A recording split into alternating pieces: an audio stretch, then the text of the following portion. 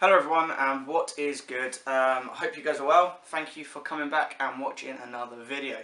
Now, as the title may well suggest, I am going to have a little look and talk about coffee.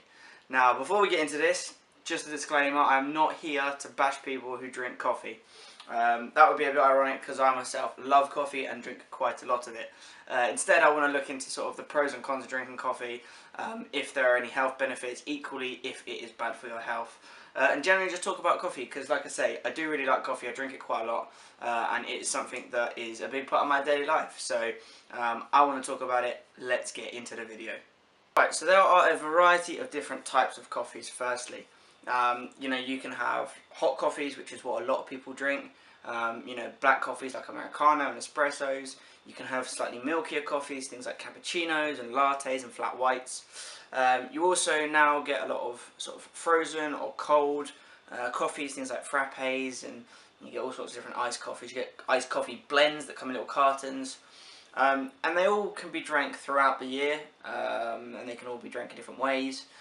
Typically though, now, especially now it's coming on to sort of the warmer part of the year, people are probably going to be going to Starbucks and things more and getting iced coffees. It's an iced coffee or a frappe is definitely a much more refreshing way of drinking your coffee, especially if it is a nice hot day. For me personally, I don't really drink that many frappes or iced coffees. I do like them, but I tend to prefer sort of a strong hot black coffee like an Americano. I will drink an espresso, but I kind of feel as though people who drink espressos drink them more to sort of for their physical effect of keeping you awake, like the caffeine. But I don't drink my coffee because of the caffeine. Sometimes I will drink a coffee in the evenings, maybe to try and sort of help keep me awake so that I can get on with some work, or I can do various other things after I've spent a long day out working. But typically I don't drink coffee specifically to stay awake. I do genuinely like the taste. Now, there are a lot of people that don't like coffee. I know in the UK especially, I don't know about abroad, tea is a very, very popular drink here, as most people tend to know. And I always used to drink tea more so than coffee when I was younger, but I think partly because my dad always drank coffee, and I guess I wanted to be more like my dad, or I wanted to try it, that I started sort of experimenting with coffee a little bit more. But actually, nowadays, regardless of whether or not people like the taste of like coffee in its sort of pure form or the smell of it, there are so many different varieties of coffees and so many different ways of drinking it that there's pretty much always going to be a coffee for you. If you like your coffee as it comes, having an Americano is a solid way of going. Equally, if you're not a major fan of that coffee taste, something like a mocha, which is sort of like a coffee chocolate combination, or indeed half of these sweetened coffees. You can get coffee blends that are roasted with like salted caramel and all sorts of different flavours like vanilla and things like that. So there are definitely lots of choices out there for you, and yeah, there are loads of different choices, loads of different ways of having it. And one of the things that I like so much is that because coffee now has become very much an art, people like investing in coffee, and it's actually quite a lucrative industry. There are so many different types of bean, there are so many different blends, there are so many different flavours of what one would consider the same coffee. So you could go to Starbucks and you could try their coffee, and actually in fact a lot of Starbucks, and I think Costa's might be the same, you can get like the standard coffee bean they have, and then if you pay an extra amount they can give you like a premium, which is a different bean. So you could go to like Costa or Starbucks and their coffee might taste one way, and then you could go down to like an independent place just down the road and it will taste completely different. So I really like the fact that there's so much variety, and it's just pretty good. So not everyone can necessarily afford to go out and buy expensive coffees, especially not from places like Starbucks and Costa that are a lot more expensive than if you were to say go and buy a jar from a supermarket. But what kind of coffee can you get to have at home? Now, there are a big variety of coffees for you. You have the freeze-dried stuff. I've got a pot of it here for example. I've got Douwe Egberts. Now, this coffee I personally really like. It's a pretty simple standard one. It's called Pure Indulgence. It's one of the stronger roasts. You can potentially see it there. It's quite a big jar. I do like the jar. The one thing that's really frustrating about these pots though is the lids are unbelievably difficult to get off. Like, it's got sort of this sort of plasticky suction thing on it, which I really like. It is like a solid jar. It's not like one of those cheap plasticky things. But you know, because of the suction and because it's sort of, like I say, there's just loose coffee in there. You can often find yourself trying to pull at it, and all of a sudden you're pulling coffee like splats all over the kitchen, which isn't ideal. But that is definitely one option. Now, you can't really do anything fancy with freeze-dried coffee. Typically you either have it black or you have it with a bit of milk in it or cream, and obviously you can add sugars and sweeteners, and there are a variety of different flavourings that you can add to them, but that is one example. Okay, so there is obviously the freeze-dried option. The other option, which is for those people, I guess, who start to like coffee a bit more and want to try different types of coffee, is the sort of more whole bean or sort of more specially ground coffee. Now this, in my opinion, is what real coffee is. Now this is a ground coffee. It comes from AM. I don't know if that's the brand. I'm not sure. Paramount Coffee, it says on the side. So yeah, I just bought it from a sort of a local shop. They have a big variety of different coffees, but it says coffee for tired people. Now I know I said earlier on in the video that I don't buy coffee to keep me awake. I saw this and I was intrigued, not because it said coffee for tired people, but because it's a salted caramel version. Now I don't know if you can see that, if it's in focus or not, but basically this is a blend that has obviously been roasted with these flavours. So it says on the front, English caramel with rich buttery smooth notes, lightly sprinkled with sea salt. So it is effectively a salted caramel. Now when you open this up, and on these they always have like a little air suction hole so that it allows the coffee to breathe, whatever the bloody hell that means. And you can open it up. I guess it doesn't sweat if it's hot. I always keep mine in the fridge, coincidentally, just to keep it a little bit fresher. When you open it up, you give it a sniff. Like, I mean, obviously you can't smell this, but if you could, you probably would die a little bit because it does smell amazing. It has those. It doesn't smell, to me anyway. It doesn't instantly smell of quite strong coffee, which some of the grinds can. They can smell quite potent, but for me, all I smell is like a sweetened sort of caramelly kind of scent, which is really nice. Now again, with coffee, you do obviously have to be careful about the flavourings because they're not always going to be what you expect. Some of them can be too subtle and you just get this sort of weird back taste in the back of your throat. Others can be overpowering and too sickly and sweet. Now, one of the things that you have to be very aware of with coffee is you can burn it. Now, people don't necessarily understand what they mean by burning it because obviously you're using water. But I think I don't know for sure on this, but I think like the ideal temperature for coffee is roughly sort of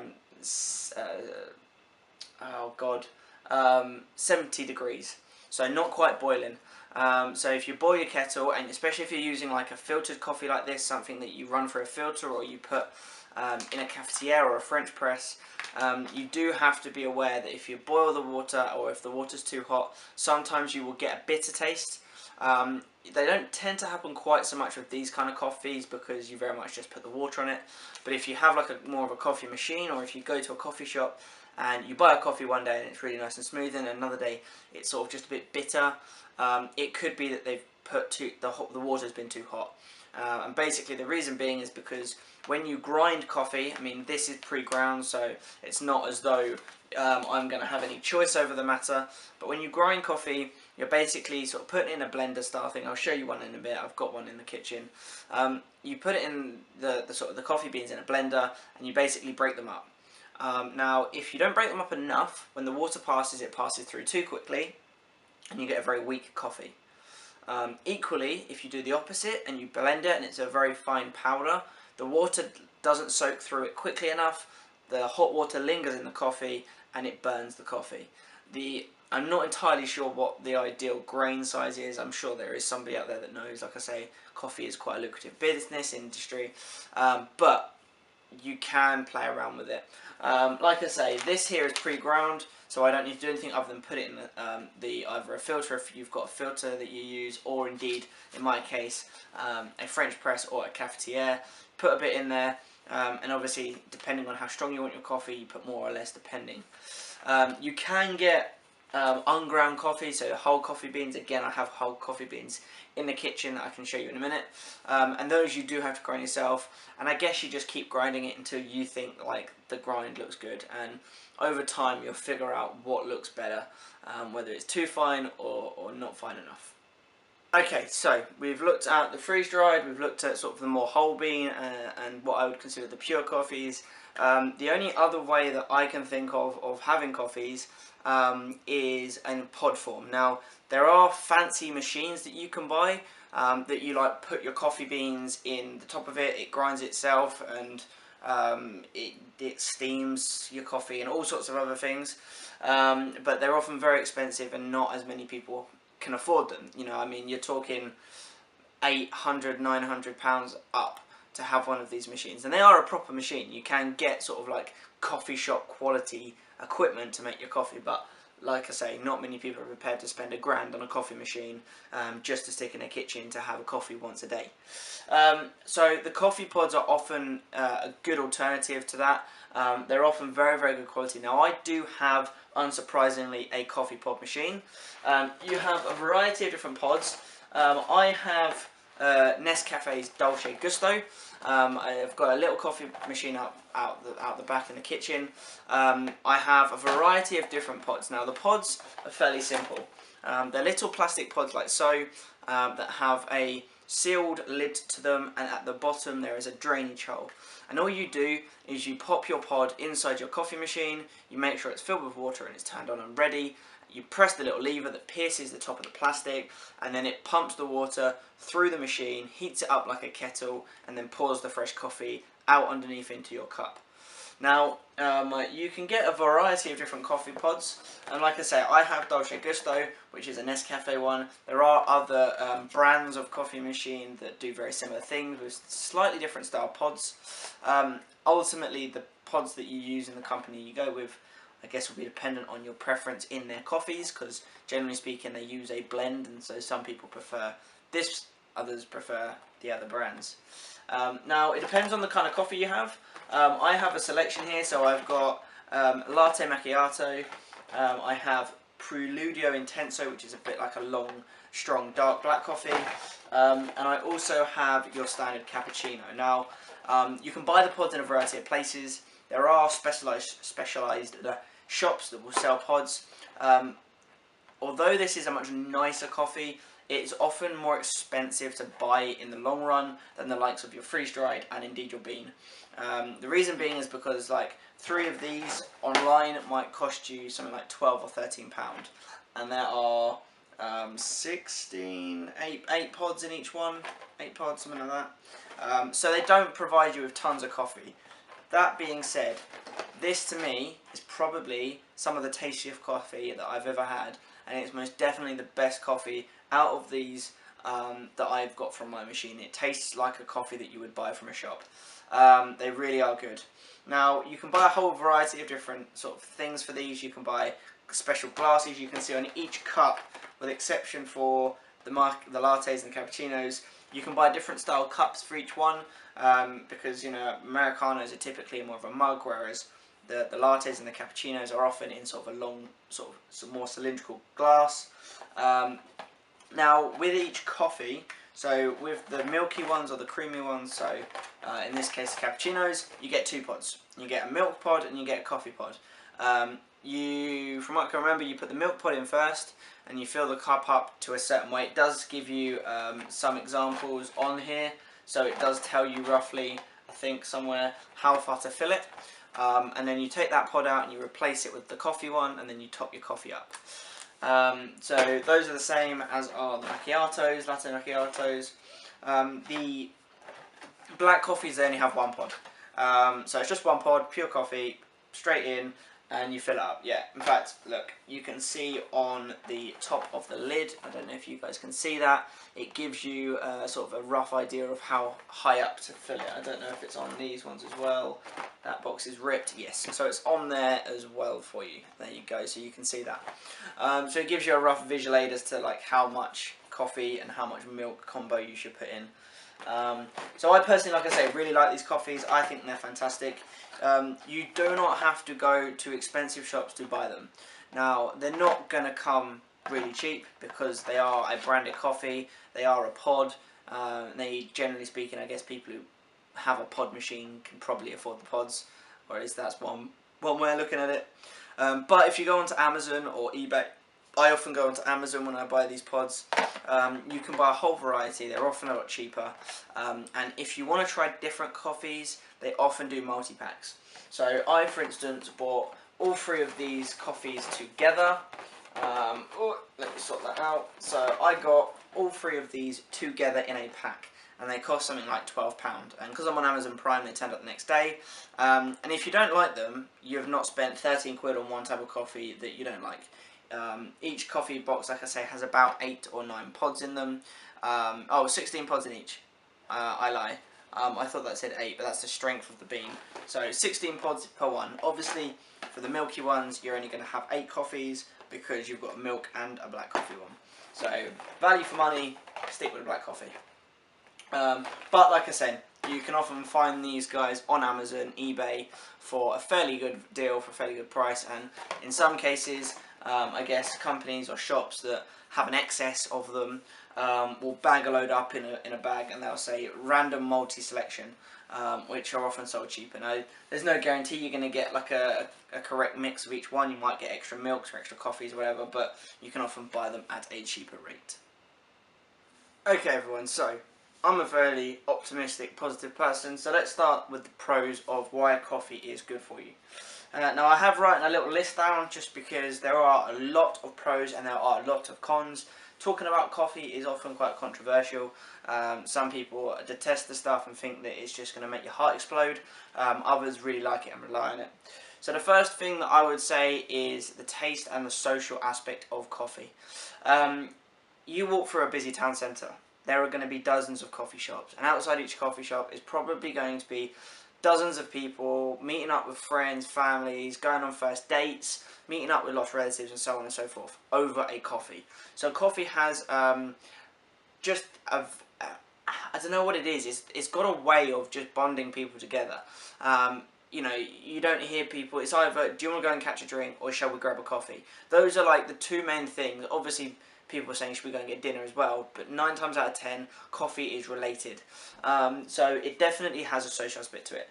Taste, as I've already said, I personally really like the taste of coffee. You have such a big variety of different styles of coffees, and so the taste is definitely something that is to play a big pro in this. Caffeine is going to be a pro and a con. We'll come to the cons in a minute and I'll talk a bit more about that, but for a pro, people who do lots of driving will often stop off at a service station and have a coffee. It will keep them energized, and it has proven, because of the caffeine content, that it can keep you awake and just generally more alert. Now you obviously have problems with that, things like addiction, and if you have heart conditions, sometimes drinking high caffeine content in drinks is not necessarily good for you. But generally speaking, if you're looking at it from someone who drinks regular numbers of coffee or limits the amount of coffee they drink, it has a lot of benefits to it. Coffee, one of the main pros of coffee is the level of antioxidants. I once was sat in, I think it was Costa's, back where my parents live, and there was a big sign on the wall that said something along the line. It was a fancy poster, but basically it said that coffee has more antioxidants in it than green tea. Now, when you come to think about that, a lot of, especially fitness-inspired YouTube channels, a lot of magazines, all sorts of people talk about the wonders of green tea, how good it is for your body, how much it revitalizes you. You know, there are things like detox and all these kinds of funky things that I personally think are rubbish, but that's by the by. And they talk about green tea being this all-rounded awesome drink. However, it has been proven, and people have looked into it, that a black coffee does have a very powerful punch when it comes to antioxidants, and it also has lots of minerals and vitamins in it for you too. Now, obviously the thing that people often get mistaken with is coffee full stop. No, coffee full stop does not. Black coffees do. The problem is that if you go and you try to get the creamiest, thickest coffee and you think that you'll get packing yourself full of goodness, you're probably not. And the reason is because those coffees that have got lots of cream and milk and sugars in them, full of sugars, they're full of fats, they're full of all sorts of other things. If you have coffee in its purest form as a black drink or as an espresso, that's when you're going to be making the most of those antioxidants without having the additional fats and sugars that you often get in the other coffees. And the other thing is, it can boost your metabolism. This is probably partly because of the caffeine levels in it. I found an article that said it can boost your metabolism between 3 and 11%, which is significant, and so a lot of people may use coffee as a dieting aid or as a dieting tool. And I also read that it can also increase your sort of exercise productivity by, as this article again said, 11 to 12%, so potentially quite significantly. Again, I think it all depends on the time of day that these things were taken and these tests all were run. For sure, a lot of people in the fitness industry, a lot of people, I mean myself included, will buy supplements like pre-workouts, which often an artificial powder or whatever that you add to water or to a squash or juice or something, and it's a massive kick of caffeine. If you can get that from a coffee, say you drink a coffee on your way home from work, pack your bag and then go to the gym, that is often, in many people's cases, considered as a better option, a more healthy option. So there you go. There are so many more. I've also read that it can help with Parkinson's. It can also help people who drink it are less likely to get sort of things like type 2 diabetes. But again, it does depend on the type of coffee you drink. If you're drinking coffee full of milk and cream and sugar, having ones with chocolate sprinkled all over them, you're not going to reap those benefits as much as someone who drinks the sort of the more pure grain, pure cut coffees such as your Americanos and the sort of pure black, stronger coffees. Right, now the cons, because as with everything, there is not a fair argument if you only look at one and not the other. So, cons, again, I've written this down, I've looked at it. Now, the first one that I put on my list is addiction.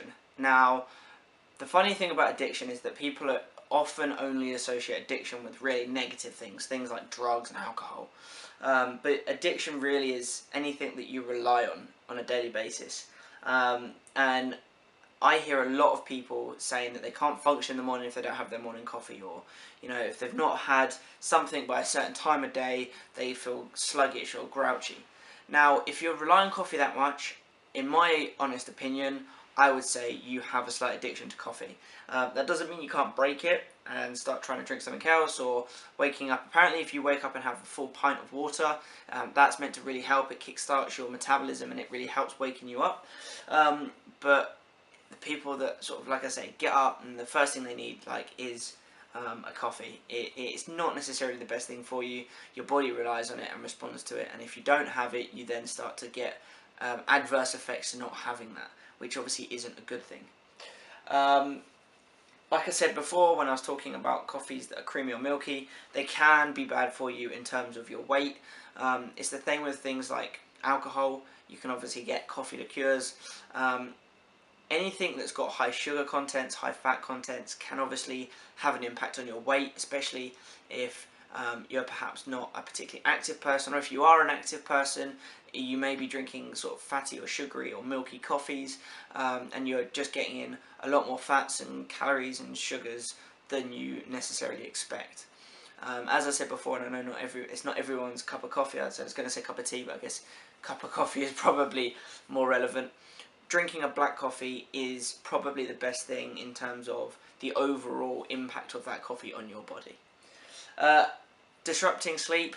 As I said earlier on in this video, I may well have a coffee when I finish work just to sort of wake me up. I've not had one yet, I've been at work today already, but that will probably be on the cards in a minute when I show you the other coffees I've got, and I'll run you through how I use my machine. But it can disrupt your sleep, and so you've obviously got to be careful when you're drinking your coffee, especially if you work a very strenuous day and you want good sleep. I don't know who said this or made this comment, but apparently in order to maximise your sleep and to have the fullest and the deepest sleep you can, you shouldn't drink 1, alcohol, and 2, caffeinated drinks after midday. Now in reality, that's kind of, especially for the alcohol, that's probably a bit out of the question, because people don't tend to drink alcoholic drinks before midday, it's generally not socially accepted unless you're at a wedding or an event in general. But for things like coffee, people drink coffees and teas throughout the day. But like I say, you have got to be careful because it can be very disruptive to your sleeping pattern, which will obviously have knock-on effects. Now the other thing that I was going to say is the problem with caffeine, and it can be a problem, it can be a good thing, is our bodies are very, very good at adapting. We adapt to everything. We adapt to when it gets hot, we adapt to when it gets cold, we adapt to our different foods and all sorts of things like that. We adapt very quickly. If you drink a lot of caffeine, your body learns to adapt to that high quantity of caffeine.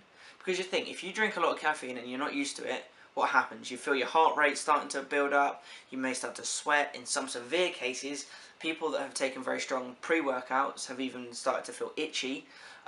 Caffeine is not necessarily good for your central nervous system and for your body. Now, if you drink it on a regular basis and you drink the same amount every time, and if anything, you build up your the amount you drink, you build up a resistance to it. It's the same with people, like I say again, and I'm going to say it over and over again, who drink lots of pre-workouts thinking that it's going to give them a pump. If you drink it on a regular, consistent basis, your body gets used to it. And it's only when you drop back off of it and then drink it again that you then start to feel the effects. Okay, it's the same with lots of things in life. It's the same if you drink lots of alcohol. You know, why do you think that sort of people who are students can tend to drink more than younger kids, can tend to drink more than sort of more adults? It's because students do a lot of drinking. I've been a student myself. When I was a student, I was out drinking like several days a week. Whereas now I obviously work full time, I can't get away with drinking the amount I used to. And now when I drink, I have to be more careful because my body's not used to it anymore. So you definitely have to be aware of that when you're drinking your coffees, because if you're drinking lots of coffee, your body might be getting in excess caffeine, but you just don't realise you're doing it. Okay everyone, so we are now in my kitchen and I want to show you the coffee machine I've got and just run you through how I use it and the kind of coffee that I drink. So this here is my coffee machine. As you can see, if we can get this in focus, I am on the Nescafe Dolce Gusto. The light is in a funny place. There you go. Now, this machine is one of the smaller machines. Oh, this keeps going in and out of focus. This is annoying as hell. There we go. Now, you can see this is one of the smaller machines. It's not actually turned on at the moment, so we'll just pop that on. You fill the water up at the back. This is just a tank that you can pull out. And then you have the settings on the top. Like I say, you can get all sorts of different kinds. You can get ones that are timed. You can get ones that run and stop when you want them to. This one is fairly simple. It has hot, it has cold, and you basically pull that little plastic trigger whichever way you want. Now, it currently has no pods in it. And so I need to turn it on. It goes red and flashes red. Now what this is doing is this machine is now heating up. Okay, so it's heating up, and then when that red flashing light goes green, it's then ready. Now until then, what I can do is I can pop this up, and there's a little tray in here that you can pull out. It's in there that you pop your pod. Now as you can see from this thing at the back here, if I can focus in on it, wrong focus, there we go. I have here a pod stand that rotates, and I've got all my different pods on top. Now I think I'm going to go for an Americano. I've already stated many a time that it's my favourite coffee, so I'm going to go for one of these. And again, this is just a simple pod. If I can focus it, there you go, it says Americano on it. And again, it tells you that it's a long drink rather than a short one. Now this here, we were talking about coffee earlier, is my Wall James Martin Specialist sort of coffee blender. Again, this was a gift. So you take the lid off, you put coffee beans in it, and you whiz it up, and it blends it. So, is it ready? It is ready. So you can see that the green light on top is all ready to rock and roll. This is annoying the hell out of me now. Anyway, so I lift this up. Underneath here, coincidentally, you probably don't want to put your finger, because what there is, I don't know if you'll be able to see it. Yeah, it's just there. Is that thing there is a little metal pointer. It's quite sharp, and basically what you do is you pop this pod thing in there like so. You push this down, and then when you push it down it pierces it, and then you press the trigger either way. So you put your cup underneath, you pierce it, hopefully you heard that, and then you turn it and it starts going through, and then what you should see in a minute is the coffee coming out. So with this machine it's not the fanciest, and so what it means is that you do have to be, hopefully this is in focus, I have no idea, so this could be blurry as hell. You have to be very aware and you have to watch it, because if you don't watch it closely enough, what happens is it will overflow. Like I said, you can buy some more advanced ones that have a timer, and so you pop your coffee pod in there, you sort of tell it which one it's going for, you switch it one way or the other and it will time it. So as you can see, it is now pouring the coffee nicely. And then with this model, all you simply do is when you're getting to the top, and we are nearly there, very very close, you've got to make the most of this coffee, otherwise you waste. You pull the trigger back to the middle and it is done. And again, this flashes red until it has reheated once more. There you go, now it's hot enough, and all you would do is you unpop this. Oh, there you go. You pull this out. This normally has a hole. You can see the hole just about. It's probably got water in it still. I have a pot over the back here that I empty. Oh shit! There we go. That I empty them in. You can see I've obviously drank quite a few. And your coffee is ready to rock and roll. So I'll pop that back in there quickly. Shut that. Turn that off. There we go. Save power. Save the earth and all that. Turn that off. And there is your finished coffee. Finished product, lovely looking, sweet. Now, the last thing I'm going to say is these are the cafetières. I have a small one here that is for like personal use. This is a really small one. It's in fact absolutely tiny. And then I have my Morphy Richards, my larger one. This is like an 8-cup coffee. And I was talking briefly about flavours. Now, I don't really use this very much. I had a thing at uni for drinking lots of coffee, and so I bought this. But all you do with this is it's a caramel sort of sauce, and if I wanted to make this more of a caramel flavour, all I do is I put a few drips of that in there and it changes the flavour to caramel. So it's quite nice, and like I say, it is just a very simple syrup. You can get all sorts of different flavours. You can get caramel, you can get vanilla, you can get all sorts. So there we go. That is how to make a coffee on the Nescafé Dolce Gusto. Okay guys, so I hope you have enjoyed this video. I hope you've learnt something. If you've not learnt something, well, I guess I don't know what to say to that. Anyway, if you like this video, please give it a like. If you have anything that you want to talk to me about, if you have any comments, comment down in the comment section below. If you like this video and you want to see more of this kind of thing, I guess this is more of like a lifestyle, health and well-being sort of video. If you want to see any fitness related stuff, if you want to see any style and lifestyle based stuff, then please subscribe, because I will be putting out more content fast and quick. Until next time, I'm going to make the most of my coffee. Cheers.